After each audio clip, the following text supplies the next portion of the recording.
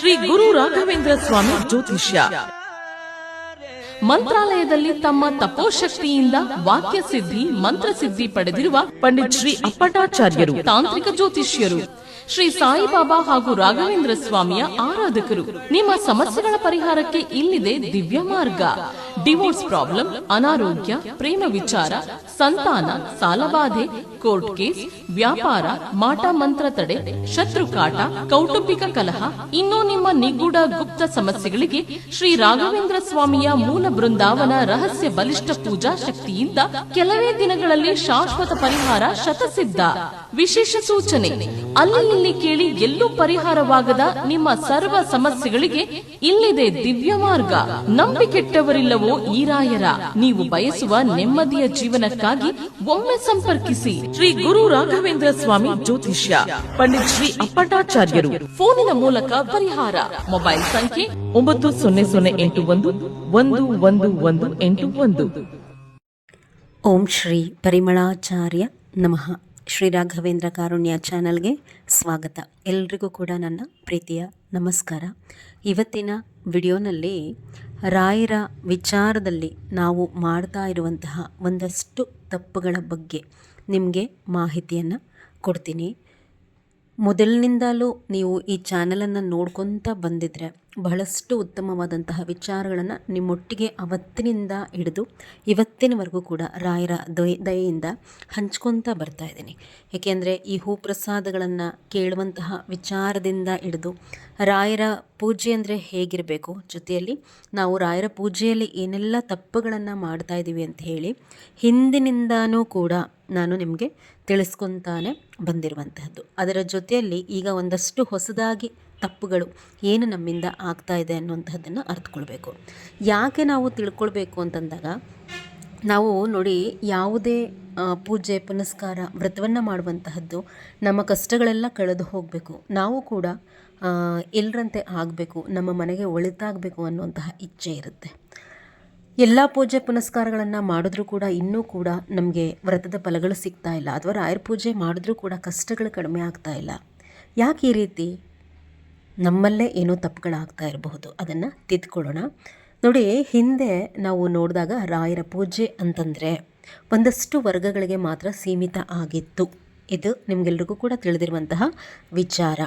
ಆದರೆ ಒಂದು ಸಾರ್ತಿ ಯೋಚನೆ ಮಾಡಿದ್ರೆ ಹಾಗಿದ್ರೇ ಚೆನ್ನಾಗಿತ್ತೇನೋ ಅನಿಸೋ ಅಷ್ಟರ ಮಟ್ಟಕ್ಕೆ ರಾಯರ ಪೂಜೆಯನ್ನು ನಾವು ಇವತ್ತು ಬೇಕಾಬಿಟ್ಟಿಯಾಗಿ ಮಾಡ್ತಾ ಇರುವಂತಹದ್ದನ್ನು ಎಲ್ಲೂ ಬೇಡ, ಈ ಸೋಷಿಯಲ್ ಮೀಡಿಯಾಗಳಲ್ಲೇ ನಾವು ನೋಡ್ತಾ ಇರುವಂತಹದ್ದು. ಇವತ್ತು ರಾಯರ ಮೇಲಿನ ಭಕ್ತಿಗೋಸ್ಕರ ಪೂಜೆ ಮಾಡ್ತಾ ಇರೋರಿಗಿಂತ ಹೆಚ್ಚಾಗಿ, ರಾಯರನ್ನು ನೋಡಲಿಕ್ಕೋಸ್ಕರ ಮಂತ್ರಾಲಯಕ್ಕೆ ಹೋಗ್ತಾ ಇರೋರಿಗಿಂತ ಹೆಚ್ಚಾಗಿ, ಮಂತ್ರಾಲಯಕ್ಕೆ ಹೋಗಬೇಕು, ಒಂದಷ್ಟು ರೀಲ್ಸ್ಗಳನ್ನು, ಫೋಟೋಗಳನ್ನು, ವಿಡಿಯೋಗಳನ್ನು ಮಾಡ್ಕೊಂಬರ್ಬೇಕು, ಅದನ್ನು ನಾವು ಸೋಷಿಯಲ್ ಮೀಡಿಯಾಗಳಲ್ಲಿ ಅಪ್ಡೇಟ್ ಮಾಡಬೇಕು ಅನ್ನುವಂಥವ್ರು ಜಾಸ್ತಿ ಆಗಿದ್ದಾರೆ. ಇಲ್ಲಿ ನಾವು ಮನೆಯಲ್ಲಿ ರಾಯರ ಪೂಜೆ ಅಂತ ಹೇಳಿ ಬಂದಾಗ ರಾಯರ ಮುಖವೇ ಕಾಣ್ದಾಗೆ ಮಾರುಗಟ್ಟಲೆ ಹೂಗಳನ್ನು ರಾಯರಿಗೆ ಹಾಕುವಂತಹದ್ದು, ಮನಸ್ಸಿಗೆ ಬಂದಷ್ಟು ರಾಯರಿಗೆ ದೀಪಗಳನ್ನು ಹಚ್ಚುವಂತಹದ್ದು, ನಾವು ಕೂಡ ಅವ್ರ ಮುಂದೆ ಕೂತು ಅದರ ಜೊತೆಯಲ್ಲಿ ಇನ್ನೇನು ಆ ಹೂಪ್ರಸಾದ ಕೇಳುವಂತಹ ಒಂದಷ್ಟು ಡ್ರಾಮಾಗಳನ್ನ ನೀವು ಇನ್ಸ್ಟಾಗ್ರಾಮಲ್ಲಿ ನೋಡಿಬಿಟ್ರೆ ಯಾಕೆ ಇವ್ರಿಗೆ ಹಾಡ್ತಾರಪ್ಪ ಅನ್ನುವಷ್ಟು ಬೇಜಾರಾಗ್ಬಿಡುತ್ತೆ. ರಾಯರ ಮೇಲಿನ ಭಕ್ತಿ ಯಾರೊಬ್ಬರ ಸ್ವತ್ತಲ್ಲ, ಅದು ಪ್ರತಿಯೊಬ್ಬರಿಗೂ ಕೂಡ ಅಕ್ಷಯವಾದಂತಹದ್ದು. ತಾಯಿ ಪ್ರೀತಿ ಇದ್ದಾಗೆ ರಾಯರ ಪ್ರೀತಿ, ಅದನ್ನು ತೋರ್ಪಡಿಕೆ ಮಾಡ್ಕೊಡುವಂಥದ್ದು ಹೇಗೆ? ನಿಮಗೆ ರಾಯರ ಹೂಪ್ರಸಾದ ಕೊಡುವಂತಹದ್ದನ್ನು ಎಲ್ರಿಗೂ ಕೂಡ ತೋರಿಸ್ಕೊಂಡ್ರೇ ರಾಯರು ನಿಮ್ಮನ್ನು ಮೆಚ್ಚುವಂತಹದ್ದಲ್ಲ. ಬಲವಂತ ಮಾಡಬಾರ್ದು, ಕಾಡಬಾರ್ದು, ಸೆರಗಿಡದು ಬೇಡಬಾರ್ದು, ಅವ್ರ ಮುಂದೆ ಕೈ ನೀಡಿ ಗೋಗರಿಬಾರ್ದು ಹೂಪ್ರಸಾದಕ್ಕೆ. ಅದೆಲ್ಲವೂ ಕೂಡ ನಿಮಗೆ ಶ್ರೇಯಸ್ಸಲ್ಲ. ಬಹಳ ತೋರ್ಪಡಿಕೆ ಅನ್ನುವಂತಹದ್ದು ಜಾಸ್ತಿಯಾಗಿ ಹೋಗ್ಬಿಟ್ಟಿದೆ. ಅಥವಾ ಎಲ್ಲರೂ ಕೂಡ ಇವತ್ತು ರಾಯರ ಭಕ್ತರಾಗ್ತಾ ಇದ್ದಾರೆ. ನಾನು ಕೂಡ ರಾಯರ ಭಕ್ತರು ಅಂತ ಹೇಳಿ ತೋರಿಸ್ಕೊಳ್ಳೋದಕ್ಕೋಸ್ಕರ ರಾಯರ ಪೂಜೆಯನ್ನು ಮಾಡ್ತಿರುವಂತಹದ್ದೇ. ಆದರೆ ಬೇಕಾಬಿಟ್ಟು ರಾಯರ ವಿಚಾರಗಳನ್ನು ಇಟ್ಕೊಂಡು ಆಟವಾಡುವಂತಹದ್ದು ಮಾಡ್ತಾ ಇರುವಂತಹದ್ದೇ ಆದರೆ ಇಲ್ಲ ಸಲ್ಲದ ಕಷ್ಟಗಳನ್ನು ಖಂಡಿತವಾಗಿ ನೀವು ಮೈ ಮೇಲೆ ಎಳ್ಕೋತೀರ. ನೀವು ನೆಕ್ಸ್ಟ್ ಈಗೇನು ನೀವು ಈ ರೀತಿ ರಾಯರ ವಿಚಾರದಲ್ಲಿ ಮಾಡಬಾರದ್ದನ್ನು ಮಾಡಿ, ತಪ್ಪುಗಳನ್ನು ಮಾಡಿ, ಕಷ್ಟಗಳನ್ನು ಮೈ ಮೇಲೆ ಎಳ್ಕೊಂಡ್ರಿ ಅಂತಂದರೆ ನೀವು ಬೇರೆ ಯಾವುದೇ ದೇವಸ್ಥಾನಗಳಿಗೆ ಹೋದರೂ ಕೂಡ ನಾವು ಗುರುಗಳಿಂದ ಏನು ನಾವು ಕರ್ಮಫಲವನ್ನು ಪಡ್ಕೋತೀವಲ್ವ, ಅದನ್ನು ಕಳ್ಕೊಳ್ಳುವಂತಹದ್ದು ಅಷ್ಟು ಸುಲಭ ಅಲ್ಲ. ರಾಯರು ಮೇಲ್ನೋಟಕ್ಕೆ ಬಹಳ ಸುಲಭವಾಗಿ ಕೈಗೆ ಸಿಲುಕ್ಬಿಡ್ತಾರೇನೋ ಅನ್ನೋ ಹಾಗೆ ಕಾಣ್ತಾರೆ. ಅಂತಹ ಪ್ರೀತಿಯನ್ನು ಕೂಡ ತೋರ್ಪಡಿಸ್ತಾರೆ. ಆದರೆ ಅದನ್ನು ನಾವು ಅಡ್ವಾಂಟೇಜ್ ಆಗಿ ತಗೊಳ್ಳಿಕ್ಕೆ ಹೋಗಬಾರ್ದು. ಹೇಗೆ ಮಾಡಿದ್ರೂ ಕೂಡ ರಾಯರಿಗೆ ಸಲ್ಲುತ್ತೆ ಅನ್ನುವಂತಹ ಒಂದು ಮನೋಧೋರಣೆ ಖಂಡಿತ ಬೇಡ. ಯಾಕೆ ಅಂತಂದರೆ ಗುರುಗಳು ಇನ್ನೂ ಕೂಡ ಜೀವಂತವಾಗಿ ಇಲ್ಲೇ ನಿಮ್ಮೊಟ್ಟಿಗೆ ಮಂತ್ರಾಲಯದಲ್ಲಿದ್ದಾರೆ. ಬಹಳ ದೊಡ್ಡ ಯತಿಗಳು ಅವರು. ನಾವು ಅವರಿಗೆ ಯಾವ ರೀತಿ ಪೂಜೆ ಸಲ್ಲಿಸಬೇಕೋ ಆ ರೀತಿ ಪೂಜೆಯನ್ನು ಸಲ್ಲಿಸ್ದಲೇ ಮಾಡಬಾರ್ದಂತಹ ತಪ್ಪುಗಳನ್ನು ಪೂಜೆಯಲ್ಲಿ ನಾವು ಮಾಡಿದ್ದೇ ಆದರೆ ಬಹಳಷ್ಟು ಕಷ್ಟಗಳು ನಮಗೆ ಮೈ ಮೇಲೆ ಬರುವಂತಹದ್ದು. ರಾಯರಿಗೆ ಬೆಲ್ಲದ ದೀಪ ಹಚ್ಚುವಂತಹ ಪರಿಪಾಠ ಖಂಡಿತ ಇಲ್ಲ. ಎಲ್ಲೆಲ್ಲಿಯೋ ನೋಡಿ ರಾಯರಿಗೆ ಬೆಲ್ಲದ ದೀಪವನ್ನು ಹಚ್ಚಲಿಕ್ಕೆ ಹೋಗಬೇಡಿ. ಇಲ್ಲದ ಕಷ್ಟಗಳು ಬರುತ್ತೆ. ನೆಕ್ಸ್ಟ್ ವಿಡಿಯೋಸಲ್ಲಿ ಅದ್ರ ಬಗ್ಗೆ ಮಾತಾಡ್ತೀನಿ. ಏನೀಗ ಒಂದಷ್ಟು ತಪ್ಪುಗಳು ನಮ್ಮಿಂದ ಆಗ್ತಾ ಇರುವಂತಹದ್ದು ರಾಯರ ಪೂಜೆಯ ವಿಚಾರದಲ್ಲಿ ಅಂತ ಹೇಳಿ ನೋಡುವಂತಹದ್ದಾದರೆ, ಮೊದಲು ನೋಡಿ, ಆದಷ್ಟು ಈಗ ದೇವರ ಮನೆಯಲ್ಲಿ ರಾಯರ ಫೋಟೋವನ್ನು ಇಟ್ಕೋತೀವಿ. ದೇವರ ಮನೆ ಇಲ್ಲ ಅಂತನ್ನುವಂತಹವರು ಹಾಲ್ಗಳಲ್ಲಿ ರಾಯರ ಫೋಟೋವನ್ನು ಇಟ್ಕೊಂಡಿರ್ತೀರ.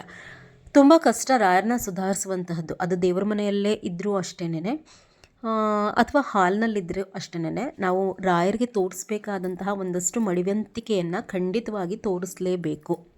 ಹಾಲ್ನಲ್ಲಿ ಇಟ್ಕೊಂಡಿದ್ದೀರಾ ಅನ್ನುವಂತಹದ್ದೇ ಆದರೆ, ನಮಗೆ ಬೇರೆ ಜಾಗವಿಲ್ಲ ಅನ್ನುವಂತಹದ್ದಾದರೆ, ಹೆಣ್ಮಕ್ಳು ನೀವೇನು ಪೀರಿಯಡ್ಸ್ ಆಗಿರ್ತೀರ 3 ದಿವಸಗಳ ಕಾಲ ನಿಮ್ಮ ನೆರಳು ರಾಯರ ಫೋಟೋ ಮೇಲೆ ಬೀಳಬಾರ್ದು.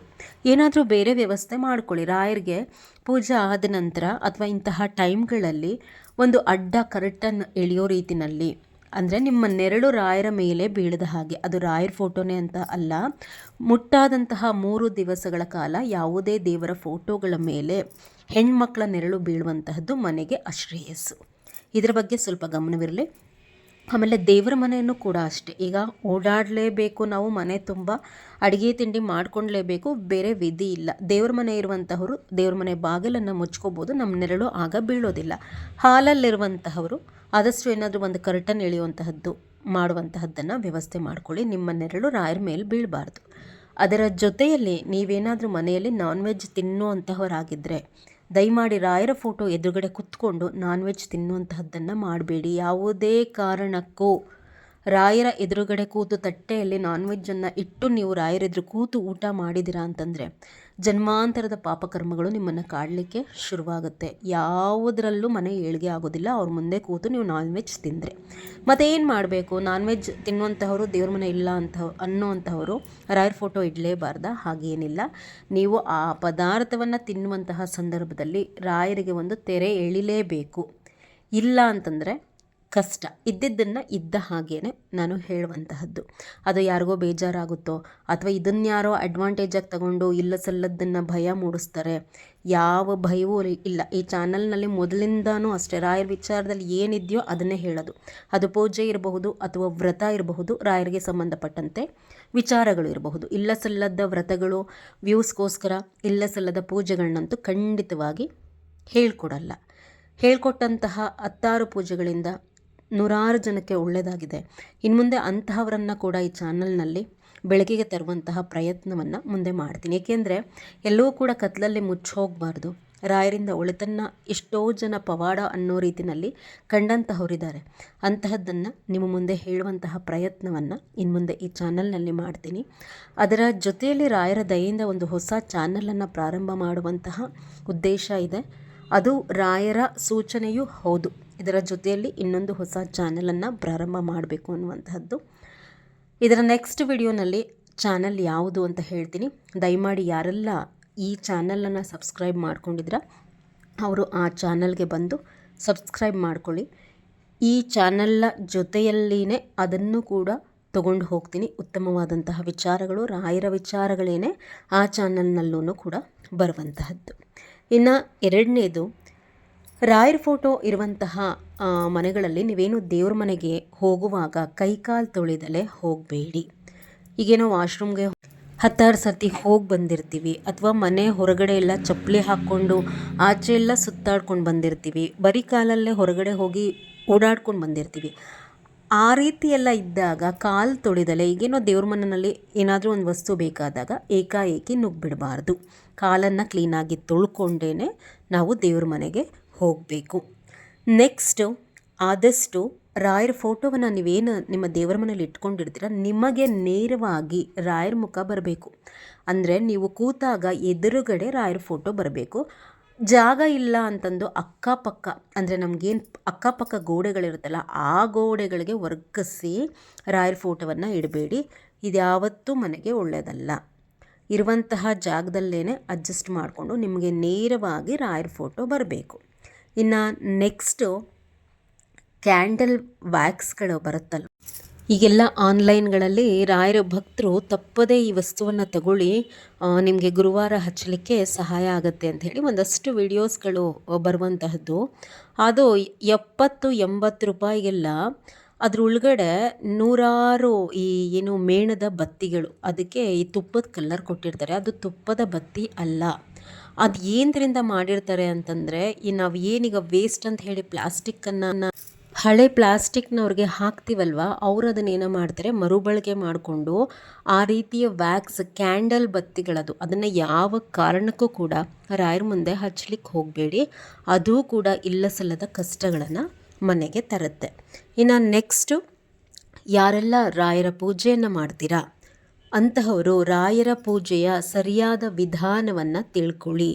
ರಾಯರ ಪೂಜೆಯನ್ನು ನಾವು ಮಾಡುವಾಗ ಪ್ರತಿನಿತ್ಯವೇ ಆಗಲಿ ಅಥವಾ ಗುರುವಾರವೇ ಆಗಲಿ ಈ ರೀತಿಯೇ ಪೂಜೆ ಮಾಡಬೇಕು ಅಂತ ಹೇಳಿ ಒಂದು ವಿಧಾನ ಇದೆ. ಅದನ್ನೇ ನಾನು ನಿಮಗೆ ಪ್ರತಿ ಗುರುವಾರದ ಪೂಜೆಯ ವಿಡಿಯೋಸಲ್ಲಿ ತಿಳಿಸ್ಕೊಡೋದು. ಆ ವಿಧಾನದಂತೆ ಅಂದರೆ ಶಾಸ್ತ್ರೋಕ್ತವಾದಂತಹ ಆ ವಿಧಾನದಂತೆ ನಾವು ಪೂಜೆ ಮಾಡಿದಾಗ ಬಹಳ ಒಳ್ಳೆಯ ಫಲಗಳನ್ನು ರಾಯರು ಕೊಡ್ತಾರೆ. ಅಥವಾ ನೀವು ಯಾರಾದರೂ ನಿಮಗೆ ಆ ರೀತಿಯ ಪೂಜೆ ನನ್ನ ಚಾನಲನ್ನು ನೋಡಿ ಸುಮಾರಷ್ಟು ಜನಕ್ಕೆ ಒಳ್ಳೆಯದಾಗಿದೆ ಅನ್ನೋಂತಹವರು ಇದ್ದೀರಾ, ಆ ರೀತಿ ಏನಾದರೂ ಒಳ್ಳೆಯದಾಗಿದ್ದರೆ ದಯಮಾಡಿ ಕಮೆಂಟ್ಸ್ಗಳಲ್ಲಿ ತಿಳಿಸ್ಕೊಡಿ, ಗೊತ್ತಿಲ್ಲದಿರೋರಿಗೆ ತಿಳಿಲಿ. ಅದು ಆ ರೀತಿಯ ಪೂಜಾ ವಿಧಾನವನ್ನು ಅಳವಡಿಸ್ಕೊಳ್ಳಿ. ಮನಸ್ಸಿಗೆ ಬಂದಂತೆ ರಾಯರ ಪೂಜೆಯನ್ನು ಮಾಡಬೇಡಿ. ತಿಳಿದಿಲ್ಲ ಅಂತಂದರೆ ತಿಳ್ಕೊಳ್ಳಿ. ನೋಡಿ, ನಾವು ಈಗ ಏನು ಅನಿಸುತ್ತೆ ಈ ರೀತಿಯೆಲ್ಲ ಹೇಳಿದಾಗ ಅಂತಂದರೆ ಎಲ್ರಿಗೂ ಎಲ್ಲವೂ ಕೂಡ ಗೊತ್ತಿರುತ್ತಾ, ಪೂಜೆ ಅಂತಂದಮೇಲೆ ಏನಾದರೂ ಒಂದು ಸಣ್ಣ ತಪ್ಪುಗಳು ಆಗೇ ಆಗುತ್ತೆ ನಮ್ಮಿಂದ. ಅಷ್ಟಕ್ಕೆ ರಾಯರು ನಮ್ಮ ಮೇಲೆ ಬೇಸರ ಪಟ್ಕೊಂಡ್ಬಿಡ್ತಾರ ಅಥವಾ ಶಾಪ ಕೊಟ್ಬಿಡ್ತಾರ? ಆಗಿಲ್ಲ.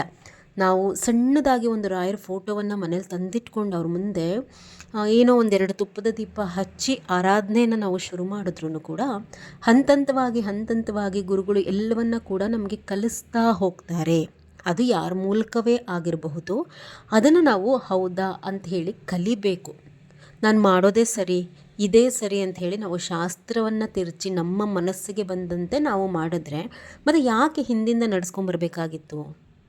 ರಾಯರೇ ಹಾಕ್ಕೊಟ್ಟಂತಹ ವಿಧಾನ ಇದು. ನಾನು ನಿಮ್ಗೇನು ಪ್ರತಿ ಗುರುವಾರ ಪೂಜೆ ತಿಳಿಸ್ಕೊಡ್ತೀನಲ್ವಾ, ರಾಯರು ಬೃಂದಾವನಸ್ಥರಾಗೋದಕ್ಕಿಂತ ಮುಂಚೆ ಮನೆಯಲ್ಲಿ ಯಾವ ರೀತಿ ಪೂಜೆ ನನ್ನದು ಸಾಗಬೇಕು ಅಂತ ಹೇಳಿ ಅವರ ಶಿಷ್ಯರಿಗೆಲ್ಲ ತಿಳಿಸ್ಕೊಟ್ಟಿದ್ರಂತೆ. ಅವರು ಆ ಶಿಷ್ಯರು ಏನು ಮಾಡಿದ್ದಾರೆ, ಪುಸ್ತಕಗಳನ್ನು ಬರೆದಿದ್ದಾರೆ. ಆ ಪುಸ್ತಕಗಳಲ್ಲಿ ಏನು ಉಲ್ಲೇಖಿತವಾಗಿದೆಯೋ ಆ ರೀತಿಯ ಪೂಜಾ ವಿಧಾನವನ್ನೇ ನಾನು ನಿಮಗೆ ಇಲ್ಲಿ ಹೇಳಿಕೊಡುವಂತಹದ್ದು. ಮಾಡಿ ನಿಮಗೆ ನಿಮ್ಮ ಮನೆಯಲ್ಲಿ ಆಗುವಂತಹ ಎಷ್ಟೋ ಬದಲಾವಣೆಗಳನ್ನ ಖಂಡಿತವಾಗಿ ನೋಡ್ತೀರಾ. ಈ ಎಲ್ಲ ಒಂದಷ್ಟು ತಪ್ಪುಗಳನ್ನು ತಿದ್ಕೊತ ಹೋಗಿ ಮನಸ್ಸಿಗೆ ಬಂದಂತೆ ಹೂಗಳನ್ನು ಹಾಕೋದು, ಅಲಂಕಾರ ಮಾಡುವಂತಹದ್ದು, ಫೋಟೋ ವಿಡಿಯೋಸನ್ನು ತೆಗೆಯುವಂತಹದ್ದು, ಸ್ಟೇಟಸ್ಗೆ ಹಾಕುವಂತಹದ್ದು ಇದೇ ರಾಯರ ಪೂಜೆ ಅಲ್ಲ. ರಾಯರ ಪೂಜೆ ಅನ್ನುವಂತಹದ್ದು ಅಂತರಂಗವಾಗಿ ಬರಬೇಕು. ರಾಯರ ಮೇಲಿನ ಅತಿಶಯೋಕ್ತವಾದಂತಹ ಒಂದು ಭಕ್ತಿ, ಅನನ್ಯತೆ ಅನ್ನುವಂತಹದ್ದು ಮನೆ ಮಾಡಿದಾಗ ಖಂಡಿತ ರಾಯರು ಒಳ್ಳೇದು ಮಾಡ್ತಾರೆ. ಮುಂದಿನ ವಿಡಿಯೋನಲ್ಲಿ ನಾನು ನಿಮ್ಮೊಟ್ಟಿಗೆ ಬರ್ತೀನಿ. ನನ್ನ ಹೊಸ ಚಾನಲ್ನ ಹೆಸರನ್ನು ಕೂಡ ಆ ನೆಕ್ಸ್ಟ್ ವಿಡಿಯೋನಲ್ಲಿ ನಿಮಗೆ ತಿಳಿಸ್ಕೊಡ್ತೀನಿ. ಬನ್ನಿ, ಆ ಚಾನಲ್ ಕೂಡ ಇದೇ ರೀತಿ ಪ್ರೀತಿಯಿಂದ ಬೆಳೆಸಿ. ಎಲ್ರಿಗೂ ಕೂಡ ರಾಯರು ಒಳ್ಳೇದು ಮಾಡಲಿ. ನಮಸ್ಕಾರ.